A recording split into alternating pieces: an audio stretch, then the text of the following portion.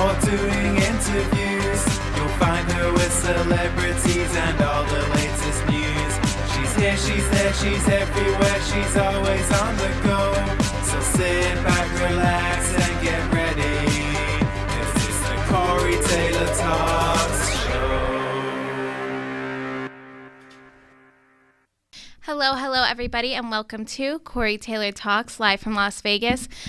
Today, I have an amazing man on today as you guys all know, there's a horrible war going on in Ukraine right now against Russia. And this man, Mark Davis, is truly a hero. He runs this organization called Abundance International, which has been going on for years already. And right now, it is in Ukraine. It's an orphanage, and I don't want to speak for him. They do so much, and I want to learn every single thing they do. But right now, they really need your support. And I want to give them a platform to talk about everything going on and how we can help, what ways we can, and just learn about everything they do. So, Mark, I really want to thank you so much for agreeing to do this. And I know it's super late there, so really thank you for getting on the call and doing this. No, it's my pleasure to tell the story wherever I can. And it's been the untold story. And Corey, thanks so much for bringing this out, because you realize there's been talk about this Russian invasion for probably 4 or 5 months, and no one has brought up the topic of these orphans. Right. And so I've been in Ukraine. I've got a 501c3 nonprofit called Abundance International, and people can see what we do, the videos and everything at abundanceinternational.org. But we've been doing this for 10 years. We really sort of, in a way, adopted 2 orphanages, and it was one time just on business. We walked in and said, hey, what can we do? We wanted to pay back to the community. I've been over there for a while. And the orphanage director was like, who are you? So, we said, well, just tell us something we can do. Yeah. And so first it was just this little physical therapy equipment. And over time, we got to know them, really see the needs. And an orphanage, please understand, is different from the foster care system in America. The orphanage is about a third of the kids are rejected because they're disabled or they have Down syndrome or some challenge. A third of them are because the parents aren't capable, like they're in prison or they're deemed because of drug or alcohol abuse. And another third are probably teen pregnancies. And so these kids, what we've been caring for is the tiniest of these, the newborn until the 4 years old. And we've had to do heart surgeries on 2-year-olds. We've had to repair cleft palates. We built physical therapy rooms, like I said, birthing centers where we could try to get these young teen mothers to at least have their child there and give them parenting classes. Maybe they'll keep the child, So it's been really a very rewarding work that we've done, and to be there for all this time. But the world changed 3 weeks ago. Yeah.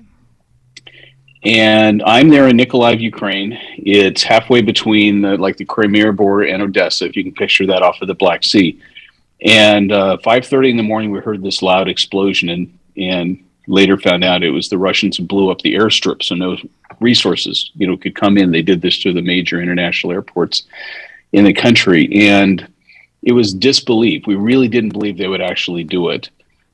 So immediately our thought was, for of course our immediate family and friends, how's everybody? And then how are the kids? What are we doing?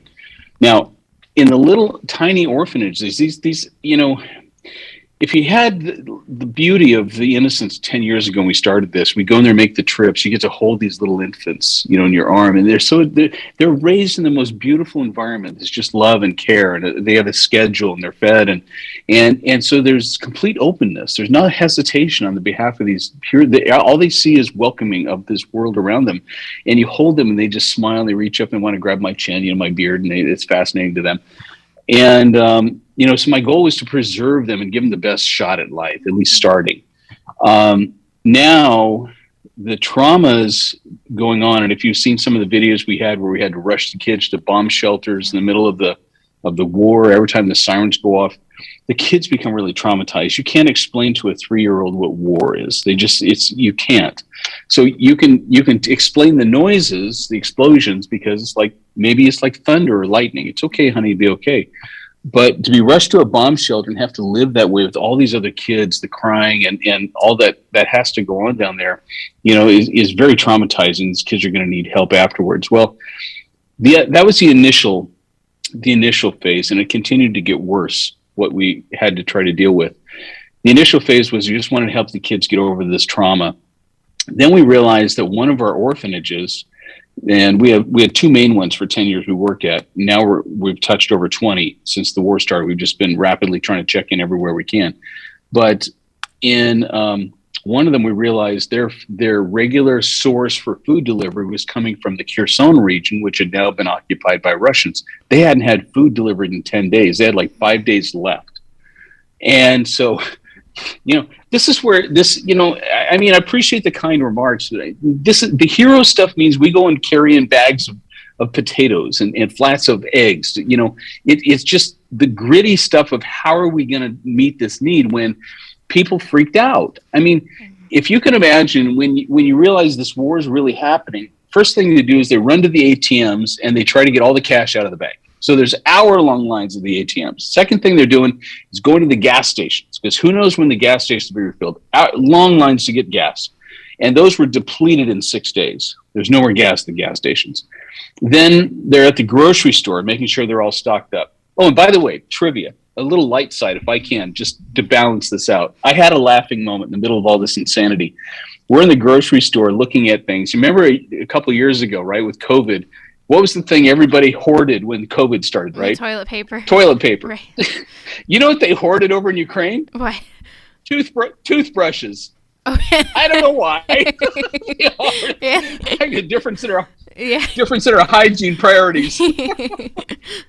That's so we've had to get very creative in trying to, when supplies are getting lower, when we've now had one of our orphanages behind enemy lines, all the things we've had to do to make sure these kids get fed. And I gave this really just a 5-minute overview, and I'm sure we can dive into any one of these topics and things, but I want to let you know what our organization is dedicated to, because everybody has got a different task. What some people are called to do, they should do that. And I've had so many people ask me, well, can you evacuate your kids? And some can and some can't, and some of the special needs one can't. Well, you see all these kids getting out, and God bless them if they can, and hopefully with an orphanage, because of professional responsibility, there's somebody on the other end who understands their special needs, who will take care for them, legal care for them, financial care for them, and you can do a baton where everybody checks them off. Did everybody get old? Did everybody get fed up? And it's successfully done. You can't throw them on a bus and shove them over the other side of the fence and hope somebody gets them. There's 2,000 missing kids in this exodus. So understand that 90% of the orphans either will not or cannot leave. So our burden, our calling at Abundance International is we want to care for those left behind to make sure they're getting food, that they're getting shelter if we have to move them to another place, that they're getting medicines, which is critical because some of these special needs kids, we're not talking cough syrup, okay? We're talking stuff that's critical to their nervous system, to their hormones, and all these kind of things. So, understand carefully. I'm not in the evacuation business, although every day I'm talking to people who are trying to help with that, and I try to help facilitate them. My thing is for those who are left behind, I want to make sure those are cared for, because that's going to be the 90%. And once again, it's not being talked about. It's the majority of these kids, and everybody's just talking about evacuation. 90% of them aren't, and so that's our heart, and that's our real passion. No. Anyway, there's your 5-minute overview. No, I really appreciate you, because like I said, I really don't know, and I think a lot of us are pretty ignorant about everything going on because we're not there and we're not seeing it firsthand, and we're trying to read all these stories. But like you said, there's so many different things that you never think about because you never want to think about, and it's not talked about.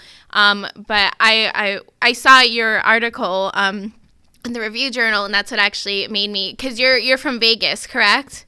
That's where you're Centennial, 95 and Ann Road, yeah. Oh, that's right. That's where I used to live. I'm in North Las Vegas now, but I was just so blown away by you, and it is, you don't think about it. You just are like, oh, well, they'll get the kids out and everything, but there can't be. A lot of these kids are stuck there, and they're worse off than anybody.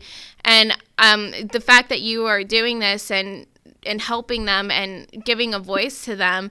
I hope more people really start to realize, and maybe more media will start to cover it, because it's probably one of the most important parts of this is these kids that are stuck there, like you said, and they don't have anywhere to go. And all of you that are staying and helping them, even the doctors, I mean, all of your therapists, everyone, to stay there and help them and put their own lives at danger too, because of what's going on there is horrifying, and you don't know what tomorrow will bring. So I know you say, you're only doing this, you're only doing that. No, that's a major, major thing that no one thinks about. And so, do you have specific stories maybe you can share? I mean, I'm sure there's a million of them, but specific stories you could share with the kids, and maybe how their reaction is with this whole thing, or any particular story that stands out to you right now. Like I said, I'm sure there's 10,000 of them, but. Well, 3 of them come to mind immediately, and like you said, I probably have 20 of them right now just in the last 3 weeks that would capture anybody's attention. And certainly we've just had to roll with it, and every day is a new day. You got to wake up fresh and not know what's coming. But as far as the actual children go, one of the heartwarming stories is we have one of the couples in Phoenix who is ready to adopt one of the kids in the orphanage that I've been with for 10 years. And of course, when the war went down, everything shut down, the airports are blown up, she's freaked out. How is my daughter doing? And I love this couple. They have adopted before, and they have intentionally adopted 2 Down syndrome kids. And that was one of the ones in our orphanage. And my heart goes out to any mother that they love that's their heart. And I'm just like, super wow. And so it was great for us to be able to make the connection, say she's there, she's fine, and she's good. So the other stories just have to do with us meeting the needs. The kids are well cared for. The amazing thing to me is the superheroesness. Like, we used to celebrate and still should celebrate all of the frontline workers, right? The nurses, the doctors, police, firemen, all these people. The frontline people here are these nurses and the nanny caregivers in these orphanages. Because imagine this, the way you have to treat a child when bombs are going off and sirens are going off, it's more extreme, but it's the same kind of nurturing you have to do in a thunder and lightning storm and power goes out, right? You got to have this calm sense. Hey, it's going to be okay, honey. But imagine when you are freaked the heck out and you're trembling and you're scared to death, and you still have to rise above your own terror in order to be this nurturing heart. I love these ladies. God bless them for their hearts. And they keep showing up, keep coming into the orphanage. Even when public transportation shuts down, they find a way to get in and keep coming up and showing up for these kids. So those are my kids' stories. Most of the rest of them have to do with us delivering in crazy circumstances. To the story that's just 3 days old now, and I'm really delighted to share this. In the occupied territories where we have 4 orphanages actually in that area, one of them we have had been part of our life for the last 10 years, and there's others that we hadn't, but they're there. And so the network gets out and we check with ours. She's okay. All the kids are in the basement below the church. They got food supplies. But she says, check with these other ones. They deal with mostly all disabled kids, and they have medical needs. And so we're like, okay, get us connected. The cell phones are turned off, but we got to be able to connect and mobile and say, hey, what's going on? And so she says, look, we got to find a way to get medicine. And, the government checks aren't coming in. We, as Abundance International, hadn't been supporting them. So, we don't have the resources, but we've got to take care of this need. So we were able to wire money to the director. She was able to find out who managed the pharmacy so they'd come and open it, because they were at home. The pharmacy was closed, and they had to go to several pharmacies, find out what they need. Somebody else had permission to be able to driving between cities and making the deliveries. And we took care of these kids. And the most adorable thing is to see the pictures of these kids around these boxes of medicine saying thank you and giving us these smiles, and this kind of thing. And it's like, wow, and 3 weeks ago I was having hookah and chicken at my favorite restaurant. You know what I mean? It's like how the world turns.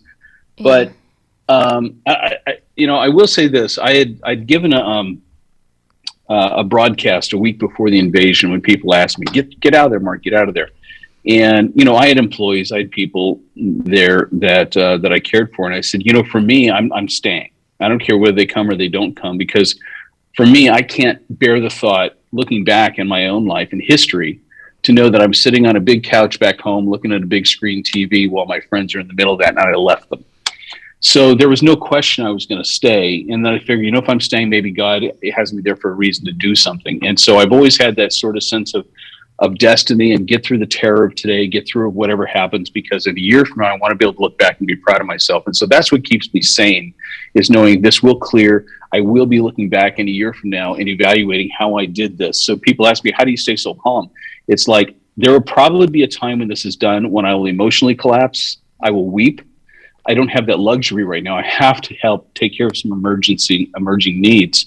And so it's just every day. Like I said, amazing stories. We've been taking care of the baby hospital too. There's this huge hospital there that covers the entire state. They call it an oblast, but the entire state of Mykolaiv.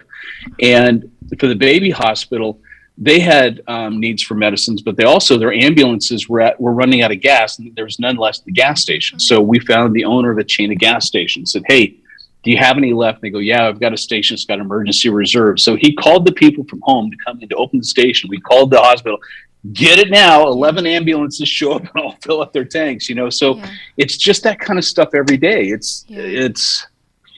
I feel like in a way it's kind of ghetto, but hopefully we'll figure some more structure and get it organized and continue to expand what we do.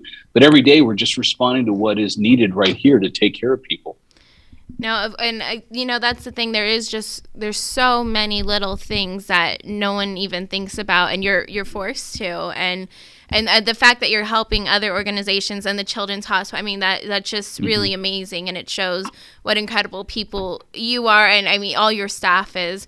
And what made you, before this ever even happened? Like you said, you were around for 10 years. And you're from Vegas. What in the world made you go to Ukraine and pick this, and then choose to do this and help all these kids? Sure. What made you do this? No, I got married over there, and so we had family, and I would visit, and so it was just on one trip over there. And I had formed Abundance International we got it approved as a 501c3 in November 5th of 2005. And my initial intent with it was I wanted to create something I called the Self-Reliance Initiative, to be able to, because I was connected over there in Ukraine, I wanted to teach these people how to get out of the Soviet mind, to think like entrepreneurs, to understand the new opportunity in a free market economy that they were in. And I didn't get that funded, but I had this nonprofit sitting there. And so, like I said, when we were over visiting family and said, let's do something to give back to the community, we just walked into the orphanage and said, is there something we can do for you? And it was such a fit to our heart. It just... we've done so many projects for them. The orphanage in Kherson was a disaster. They hadn't upgraded the electrical, the heating, and the roof since the 60s, and we had to do everything on that. But it's rewarding. We just tell people, hey, we need this, we need that, and it's been grassroots. So honestly, up to now, it's probably just been like $50,000 a year. We've just raised for people, done little projects. The money goes a long way over there. But what happened was when I had a good business friend of mine, called me up and, says, Mark, how you doing? I told him what I wanted to do. He put together the GoFundMe campaign, and he got me on, if you check the media page at AbundanceInternational.org and go to media, I've been on BBC, CNN, Fox, every show you can imagine. And that really helped us raise a lot of money. So I'm like, all right, God, what do you want me to do with this? So we just started dialing. So we talked to the orphanage director. What other orphanage directors do you know? Who else can we help with this money? Where else can we go? So now we have a database of 146 orphanages. We've already reached about 20 of them. And now we're trying to keep expanding that to be able to say, what do you need? What do you need? We've found people then, hey, I got a list from Odessa, this little orphanage here, they need this. Who's over in Odessa? We'll send you the money. Just finished that today. I sent $700 to a guy. He went and got the stuff. He shows us the picture. We delivered everything. Cherkasy, Lviv, Kyiv, Dnipro, and the list goes on. We're trying to now be, because the other thing, and please interrupt me, because I have so much energy and I'm talking too much. I love it. No, I love it. But just literally, it was yesterday. The most amazing thing happened. Our team in Kyiv, we got 5 people there. They're not just helping us; they're doing a lot of other things. But they love it. They call themselves Abundance Kyiv, and he met one of the parliamentary people. It's like a congressman. He's in the Rada for the government, and got him on a Zoom call with me. And it was such an amazing moment, because I was describing what he was doing. He was saying, I really appreciate you caring for our children, because I don't know anybody who's doing exactly what you're trying to do, and we need it desperately. So he's trying to get me more database information, his cell phone numbers and directors, things like this, so we can make sure everybody's getting what they want. And so one by one, people are coming to us and bringing the resources we need. I just had a fantastic call about 2 hours ago with a guy's a retired Navy SEAL, and he's got a bunch of his buddies that just go out and do crazy projects to help people in war zones. And so he says, we're in, what do you guys need? And so they're going to try to get some of these humanitarian warehouses full of stuff in Poland that nobody wants to drive over the border. He goes, we'll drive. I said, look, let's set up distribution centers, let's get trucks, and let's start, and so it to me, what I've gone from just this little thing we did to love these couple of things. Now I pray to God, because I see how big the need is. I pray to God that we reach our goal, that we reach these people, and we can just like clockwork go, what do you need now? What do you need? And boom, boom, they're all delivered and moving. Because it's not, some of these humanitarian things, they just bring a truck and they park it. And it's like people are supposed to walk up there and get it or something. There's not an organization for distribution. Yeah. They ought to work with the grocery store chains. At least they know what they need and they can put them on the shelves or something. But we want to get to the point where we go to the specific director. Maybe she's got 30 kits. Maybe she has 130 kits. We know what they need by typical orphanage needs. We've got a list. Like if you don't tell something specific, we know you're at least going to buy these because they all need it. Right. And then to be able to just regularly be making those routines, like, somebody taking from a Walmart warehouse, delivering it to the store. We know what your store needs. We're just going to keep delivering it. You tell me if you need something else. And I hope within 2 or 3 weeks, we will be that sophisticated with what we're doing, because the need is urgent and the stores are going to start running out of food. And the pharmacy things are going to get critical. And obviously my heart is for the orphans, but the general population, I mean, people are on blood pressure medicine. They're on hormone chemicals. Yeah. I mean, these people, when they realize those are out, we're going to have serious health catastrophes across Ukraine. Those stories haven't even begun to trickle. That's the next wave.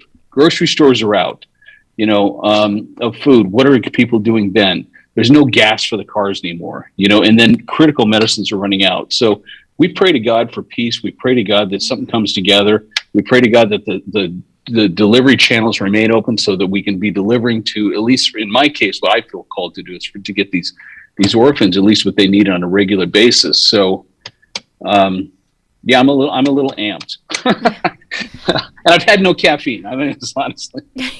No, I know how late it is there too, and it's just amazing to me that there are people like you that are able to help and do all this. 'Cause I'm sure. And like you said, I'm sure you're probably just like in a robot mode right now because you have to. You don't really have a choice. But it's just so incredible that you are doing this and you're helping all these other organizations and you're using the money for, everything. It's just really amazing. And is that the best way for people to help is through money, or is there any other way from people from America or anywhere else that obviously can't go to Ukraine or anything, where that they could help in any sort of way? I know you said adoption as well. What are all the different ways that people can get involved? That's a great question. And in fact, it's funny, I think it's this coming weekend. There's a guy in town. I'll send you the information. I just got an email today. He also read the same article. And so he's doing a fundraiser thing with his business. I forget what he sells, but everything that gets sold this weekend is going to go to Abundance International. So I've got schools doing fundraisers. It's adorable to me. I told the schools, listen, when you send it in, you let me know, because I will have some of the orphan kids send you a picture and say thank you, and I'll show you where it goes. So it's neat to see people do fundraisers. Obviously, on an individual basis, I want you to understand this. Our goal is $1 million. We've raised half a million already. Just a little over. My average donation is $94. I don't have corporate sponsors. These are just regular people that's in their heart. Right. So somebody says to me, I can only send $100. I go, oh, honey, you're in the top half, okay?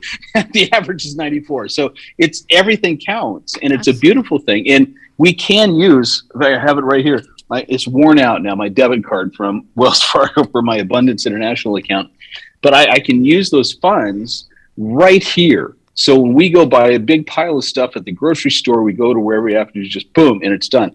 Yeah. And the wire transfer system, because our bank is is part of, I guess, the Chase system or something. They're connected with the Ukrainian government to make smooth transactions. So all of our wires have been in very quickly going through. So we're able to actually use what people give, and it just goes. And so to me, for us to be able to effectively take care of, if we could, all 146 orphanages, and that's the database I have. That's just 21,000 kids. I understand there's more, but I'm like, okay, I'm just going to do what God gave me. I got 21,000 kids to care for. I started with 200. Those are my orphanages. We're moving it to 21,000. So all of that matters. I think the other things people can do, and this is where I love your program. If you think about this, somebody who knows, hey, I can get you on whatever, Joe Rogan or whatever their favorite show is, I can get you on a show. Great. Then that's just that many more people to hear the message, and those donations will come in. If you can't give a dime, but say, hey, I know somebody, that's great too. And eventually, when the dust settles and people can come over here, it's already in the heart of so many people to say, I want to come help rebuild. And it'll take people bringing all kinds of skills to come here, loving this country, loving the people, and do stuff to help them. And until then, you really can't come into the country easily. The roads, every 2 miles of security barricades, because they have to be protective of who's moving and to prevent long, caravans of Russians if they came through. So it's slow to get around. And if you don't know the area and know people, you're just going to be lost. And then you don't know which areas to go that still has gas, which ones don't. So it's going to be a while before people come over. And it's going to be a while before they repair the runways so the airports are even open. So donations are one. Adoption is the other question that I get brought up. And I remember I mentioned Heidi, the lady who's trying to adopt one of the children on an orphanage. Well, she's offered to create a group. And so there's we have a social group right now of people who are interested in adopting. So they're all in this chat group together. And so as soon as because the government's not open for adoption paperwork right now. I mean, they're doing other things. That department is just not processing paperwork. Right. But as soon as it is, they'll be the first one to tell you, hey, we've done it before. Here's how it works. They're open. Here's the people we contact. Here's the paperwork. And to try to make that easy. There's a misnomer that people have because they see these plights of orphans disappearing, that they're sitting on the street corner. Somebody just pick it up and take it home. That's not the way it works. Right. And everybody says that, hey, I'll take somebody, I'll take some kids. And I wish it was that easy, but then again, we would have to then, who are you? Because for every 10 people that are good, you get one that's not. You can't have one. You can't have one go to a bad egg. And so right now, that's the story of the help as far as everything I can see. Now, there's some people who, like I said, I'm talking to these former dark ops guys or SEALs or other people who are very comfortable in war zones. They know to care for the vehicles. They know how to measure their gas. They know where to go, stay out of harm's way, but still get the job done. Man, don't try that at home. I have respect for those guys. I'm keeping my head, clear as well, and trying to watch out, stay out of active combat zones, because, man, for too many days in a row, we heard those sirens and heard those explosions, and it gets really close to home when you start seeing what's happening. Of course. And, I know right before this happened, when they started to move to the border and everything, like, everyone was kind of like, will they, won't they, type of situation. And were you guys like preparing for it to happen, or were you just kind of like what was the process of preparing for a possible war but not really being sure of it? I'm sure that had to be such a chaotic, horrible time. Yeah. Oh, Corey, you asked the best questions. I'm telling you, that's the one that still has us kind of up in a dander right now, because those of us living in Ukraine, we really didn't. I mean, there's been blustering talk. Russians have been doing maneuvers for 8 years. It's just been part of it. It's normal. It's politics. Usually Putin does it because the West goes, oh, and then they give him some concession if he'll back away from the border. So we honestly didn't see it coming. Yeah. Now, we're hearing now that people in the intel community knew it and this kind of thing. So to me, the thing that really gets me, and especially if the Ukrainian government knew it, the blame goes across all Western countries. It's like, okay, so if you knew this was coming, why did nobody think about the population? Right. Why did nobody say, let's start warehousing food? Let's start warehousing where gasoline's going to come from. Let's start looking at what if water gets cut off, where a clean source is going to be. Let's start talking to our neighbor countries and saying, hey, we're going to have a flood of people coming out. Let's set up systems in advance. So everybody just wanted to talk about tanks and bombs and aggression, but it's like, there's 40 million people. Absolutely. Nobody thought about what's going to happen with them. I mean, how could this talk of war gone on for 5 months?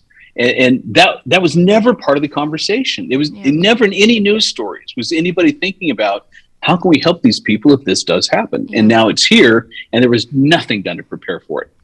And now we just have to live with that. And the other part now is because of people's fear of Putin is so strong that these humanitarian aid companies will bring all the goods right to the border, leave it there, say, okay, it's all yours. And it's not getting in. Right. And so we have so many things right now that we need some people to have just some moxie and some boldness to go, okay, look at the map. Most of the country is not in an active war zone. Let's get this stuff in there and be ready and take it where we can take it. Yeah. And so I need some of these world organizations to just go, you know what?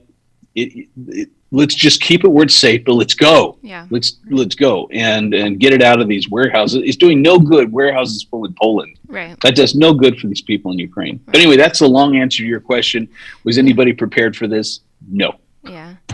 No, it's so sad. And like you said, there's so many things that you think of, like, well, why wasn't this done? Why didn't they do this? Why didn't they do that? But unfortunately, you can't really look at it that anymore because it's happening, and now you just have to deal with it. Right. And it's so Exactly. sad.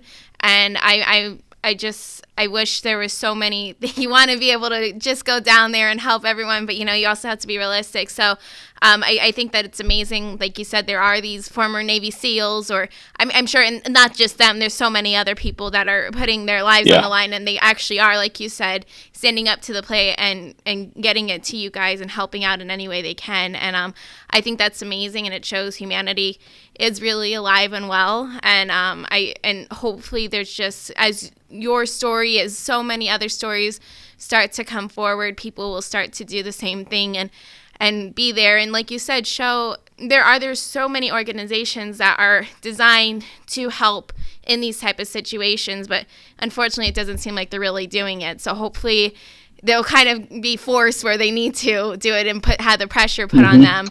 Because like you said, it's not good. It's in warehouses. That's great. The warehouse isn't going to eat all this food and everything. So, I mean, hopefully we could start putting pressure on the people that need to have the pressure on them so there can be help to you guys.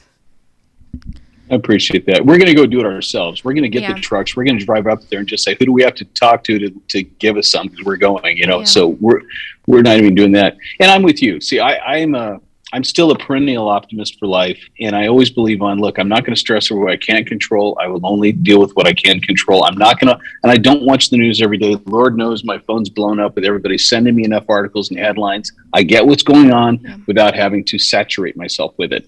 And so to me, I think protecting our attitudes is important. But the other thing I want to really commend you and your audience and the people of America who've reached out to me in other parts, Europe and other parts of the world, Canada, is in time of crisis, what's really in us comes out. And so what I see is for people who have a heart for this, where they feel the compassion, you gotta think, thank God that's in me. Thank God I'm not a callous person that doesn't give a crap. Thank God that I'm a person that still has a heart and care for other people, even if they're around the world and I don't know them personally. It's a great thing. It's a good sign that there is good in the world and there's good in people's hearts. And the one thing I think we've been blessed why we're able to raise the money quickly is because people watch this and they want to do something. And what can they do? And so hey, I can give $100 to abundanceinternational.org. And they just feel like they at least got to do something. And they can see the videos where we deliver it and the photos and they go, okay, it went there. Yeah. And at least I helped something. So I feel like we're almost in a way symbiotically helping somebody be able to feel like they could do something with their heart of gold, and us also actually being able to do the good work. And I think it's a beautiful thing because what we're doing, we're attracting like-minded, like-hearted people. So the good people are coming to us. The good people are giving. They feel wonderful about it. And then we're able to go do what we need to do. So I'm, as much as this is horrible, and when I hear news coming out, you cry and I lose sleep sometimes. The other side of it is I'm seeing the beauty of humanity being presented to me as well. And that is so beautiful and so encouraging that there is light on the other side. There is good in this world. And especially in contrast to evil, the good shines even even more brightly. Aristotle said this is when the darkness comes, it becomes more important to look for the light. Yeah. And I think that it's a part of us to say in the darkness, we have to find those pieces of light to keep hope. And without hope, people perish. And I think the hope is that, that there is goodness still in the world and that people are acting on it and that they're coming together. The people who have a heart for this are putting their hearts, their effort, their mind, their soul, their wallets, everything into saying, like, we want to see good prevail. And this is one of those times we haven't seen since World War II where it clearly is good and evil in black and white on a world display. Absolutely. And everybody can go, wow, that's what it looks like. Absolutely. And so out of that, I think the goodness of humanity will have a chance to rise. And I'm happy to be among them, and I'm happy that they're attracted to me. I get to feel the radiant glow of that support. That is the benefit of beauty of what we are doing. Yes.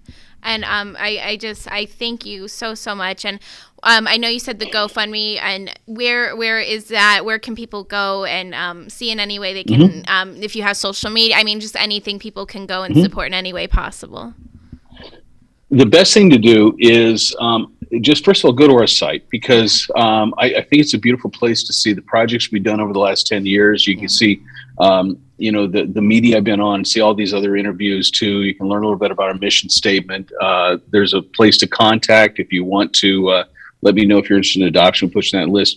Then the donations, I've opened it up to basically our three primary ways for donating is PayPal, which also just takes credit card, the GoFundMe campaign. There's the one we can do Bitcoin. If people have cyber currency they'd like to, it automatically converts to dollars for us in our account through BitDonate. Okay. And checks on the contact page is our address. They're in Centennial. You can actually, and I have somebody going over there every few days and seeing if we have the checks or making those deposits. So it's any way you're comfortable with. Yeah. You don't have to be locked into any one particular form. But I think people feel good when they say, "Hey, I gave $100, and at least I know where it's going, and I feel like I could do some good, some light in the world." And what I want to do is I would encourage you right now. I need to, because obviously we've had to change our systems to adapt to what's coming our way as well. With the PayPal one, I like that right now because there's an email address that comes with that, and then we're able to keep you updated. So if you do that, that's great. We're going to put an opt-in in so people can later subscribe to an email list so we can update you.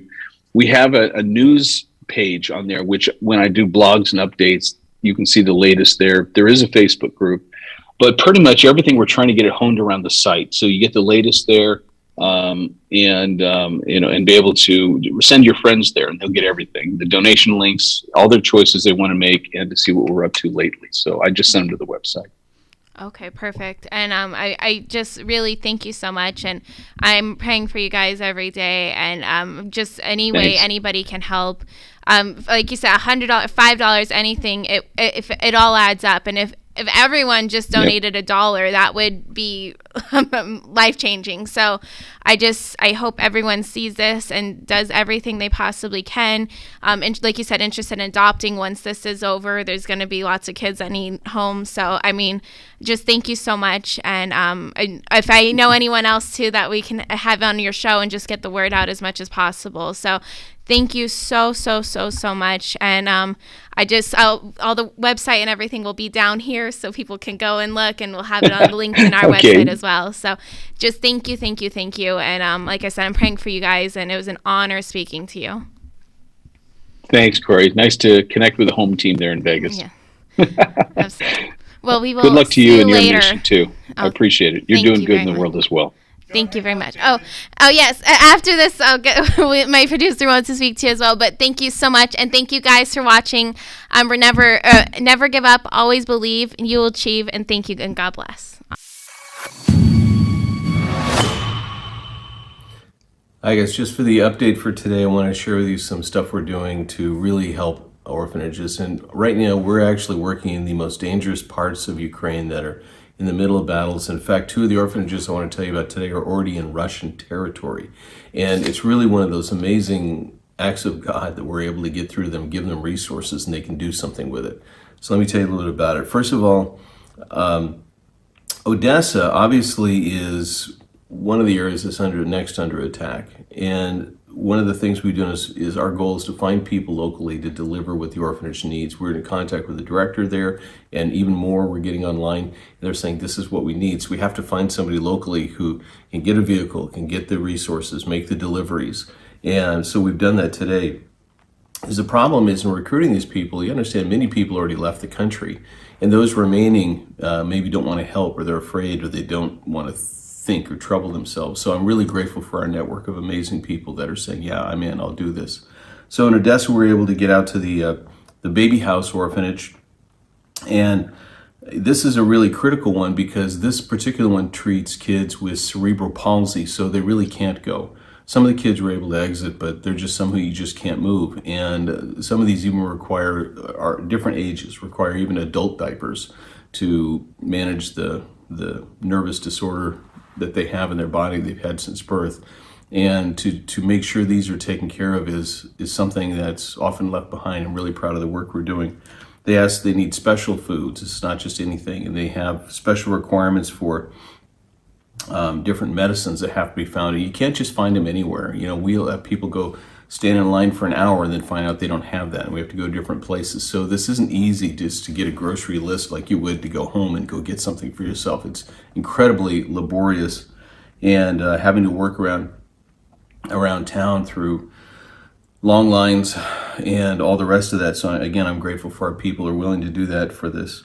One of the other concerns we have is as the pharmacies have long lines, the things, and this doesn't necessarily just relate to the orphanages, but just across the board, what everybody's been doing is getting their critical medicines. So people are on, life-critical blood pressure medicines, hormone treatments, everything like this. Those are being run out first, and we don't know when replacements come. So there's going to be a whole bunch of the population here in the next weeks ahead as those medicines run out. They're going to face their own life-threatening critical medical situations. So we pray for all of them. What we're doing now, I want to tell you about that's really an amazing story, is behind enemy lines in the cities just above Crimea of Nokakovka. I never pronounce it right, so forgive me. But their baby house, what they call Baby House of Happiness, is right next to the hydroelectric plant. It was one of the most critical things the Russians wanted to take for the purpose of that power plant. And we were able to communicate with the director, find out what they need, and actually get resources into their account. And so we'll be sharing more in terms of pictures of what we were able to do for these people along the way, but I just want to let you know this is what we're doing. Also in Tavrisk is a rehabilitation center. Again, some of the kids were not able to be relocated because of disabilities, and being able to get them money so they can get food, supplies, diapers, everything else, and being in contact with the directors there and really being on top of what their needs are. This is even more difficult, as you can imagine, behind enemy lines. You know, how do you take now and try to go out and get things? So just keep in touch with us, keep your donations coming, and we want you to know that we are working every day with all these kind of challenges to try to just take care of basic needs for these little ones who can't take care of themselves any other way, who have been left behind because they can't be moved. And your help is what's needed. So that's my update for today. I have so much to share. It's going to take many updates over the next few days, but I'll get them all to you and more with pictures and the rest so you can share and experience what we're doing every day here at Abundance International in Ukraine. Thanks.